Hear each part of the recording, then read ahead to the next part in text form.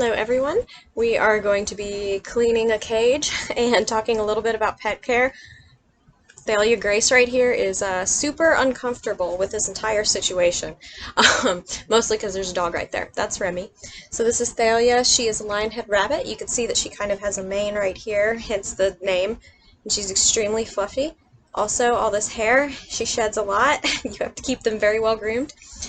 So I'm going to put her in this little crate, and she's going to wait while I clean her cage, and then we'll put her back in. So, this is Thalia. Remy, you're going to leave her alone. So, I have this hutch. I would typically prefer for them, her and all the other pets that are in the downstairs one, I prefer for them to have a lot more space, but where I live in an RV right now, it's not super possible. So she gets this entire top half. It goes back, I don't know, about a foot and a half, between a foot and a half. So she gets this entire area. So the cool thing about this hutch, I've already got it opened up so that it was a little bit easier. So you've got this door right here that you can close at the top, and this gives you, of course, access to her and to the whole rest of the cage.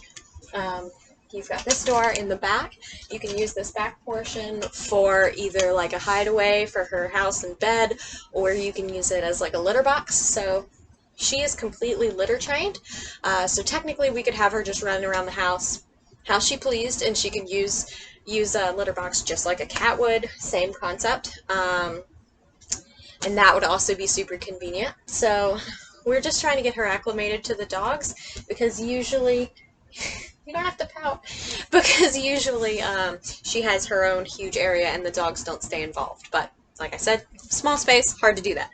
So the other cool thing about this hutch, these are trays at the bottom. So I'm going to have to empty some out of the top first, but basically it's trays that pull out. So if you just have litter and stuff like that in it, you can pull this out to clean it, and it's pretty convenient. We use bedding as well, not just litter, so litter gets in one of the corners and bedding gets piled up pretty high. It's actually really flat right now because, hello, we have to clean it. She's compacted it.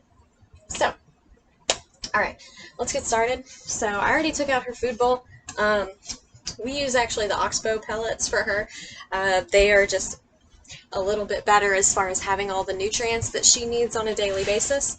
Other than that, I mean, there are a million different types of foods that you can use for rabbits. There are tons of different brands. So I'm pretty much going to get started. So having a rabbit is pretty cool. They are obviously not as, well, everyone has their own different personality, but they're usually not as playful as most dogs would be. And as far as compared to cats, just depends. So she is generally really snuggly, so she does in fact like to be held. And she's being litter trained. She's very good as far as being able to run around the house and be away from chewing up furniture, that kind of thing. So she's very good. We've used lots of different kinds of bedding and litter in the past. We've found that the best bedding is, as you can see when I'm kind of scooping it out, this is like a paper bedding. So it's got a lot of odor control to it. We've used other beddings in the past that are not like this, and it starts to smell very quickly with a lot of small animal poop in a small space. So another thing that we do that is a little bit of a, I don't want to call it a hack or a trick necessarily, but besides just her house at the back, what we do because that stays pretty clean, obviously, because she's not going to poop where she sleeps. She's going to poop at the other side of the cage. But in the main part of the cage, and which I do for the guinea pigs as well, and you will see, is I put puppy pads, like, you know, the little blue puppy pads you'll kind of see when I take them out, but we put down these little blue puppy pads underneath all of the bedding so that removal is generally a lot easier. You can just lift up the corners of the puppy pads and then the bottom of the cage stays a little more protected and doesn't require all the like scrubbing or stuff like that as you would get if they were peeing directly on that or peeing through bedding that goes directly to that. So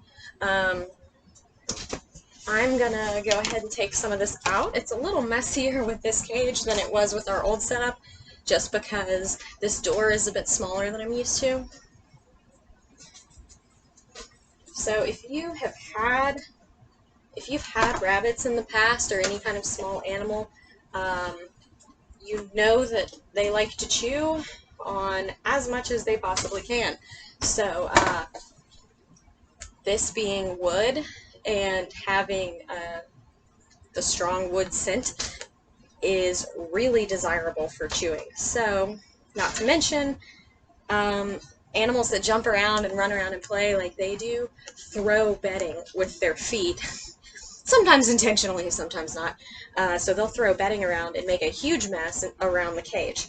So we actually added a lot of features ourselves to these hutches. So you'll see, I don't know how big of a difference you can tell from there, but it's got the regular black metal, and that was what was there already. We put like a chicken wire behind it and stapled it to the inside so that they can't get to the wood to chew on it because the chicken wire is blocking, and also they can't throw bedding because the chicken wire is much smaller holes. So, and this is only on the sides. You would not put like a wire bottom or chicken, anything like that on the bottom of the cage because their little toes can get stuck in it and they can hurt themselves. So you definitely do not want to do that. But for something like this where it's on the wall, that's not a big deal. So I'm trying to get enough out of the top portion that it's easier to get the puppy padding out at the bottom. But one thing about the bedding, the reason I have so much, these types of animals, the guinea pigs, the rabbits, hedgehogs, a lot of them tend to like to burrow, more so hedgehogs. But so we pile up the bedding really high so that they have that ability to kind of dig and burrow-ish. So that's been pretty nice. I don't know why I'm moving this. I'm going to move it over here. So let's go ahead and try to take this out. It usually is a messy process cleaning cages. Yeah, I know, Captain Obvious, but so you will probably see me spill a lot of bedding and have to vacuum all around after this, but that's pretty standard stuff. But it's a lot easier to pull out a puppy pad that has all the bedding in it than it is to scoop literally everything out of it. So the other chicken wire aspect that I forgot to say a second ago is obviously the edges of chicken wire, when you cut it, it's going to be sharp because where you're cutting it off, obviously you're going to have all the little metal pieces sticking up. So we got like hot glue, little hot glue, and just put a tiny bit all around the edge of this to prevent getting scratched with the sharp edges or whatever, because I am very accident prone and would consistently scrape my arms trying to get that out of here. So I use up lots of trash bags when I go through this because with all the bedding, like I talked about, obviously is a lot. So we also cleaned out the cat litter box today. We have lots of pets, so over the course of my videos, you will see a lot of different things.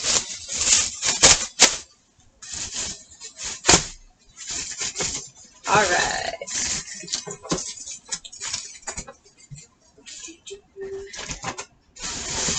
Okay. So, let's talk about diet a little bit. So I mentioned that we feed the rabbit the oxbow pellets, the actual rabbit food. Rabbits, as everyone knows, like to eat a lot of vegetables and stuff. She is very pretentious and very princessy, and her favorites are like spinach, kale, all these things that are more expensive, obviously. So she has those kind of as treats every now and then. And then hay. They eat a lot of hay as well. So that's similar with the rabbits and the guinea pigs as far as loving hay.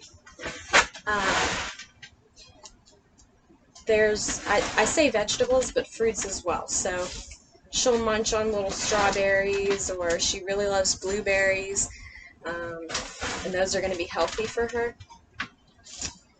And then as far as treats, there's so many different kinds you can buy. I've got like dried fruits, so like dried strawberries, dried bananas. She uses those as other treats. And then for toys, since like I said, they really like chewing on the wood, that's really good for them.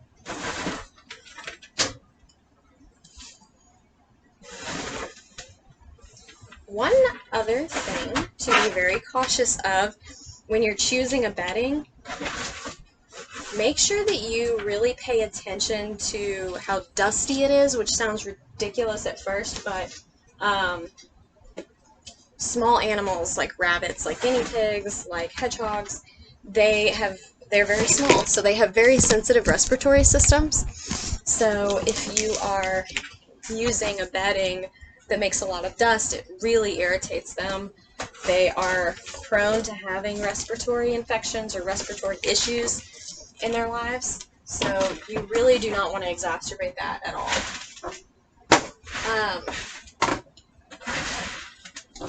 So let's see. The other thing being that they have the sensitive respiratory systems, they're very sensitive to strong smells. So you don't want to use any like harsh chemicals to clean their cages, because those strong cleaning aromas kind of irritate them. And then with bedding, if you use like some type of wood chips or wood bedding or something, you also have to be careful of that. You cannot buy these like very aromatic woods, I guess, to use as the wood chips, because it will be overwhelming to them, very overwhelming.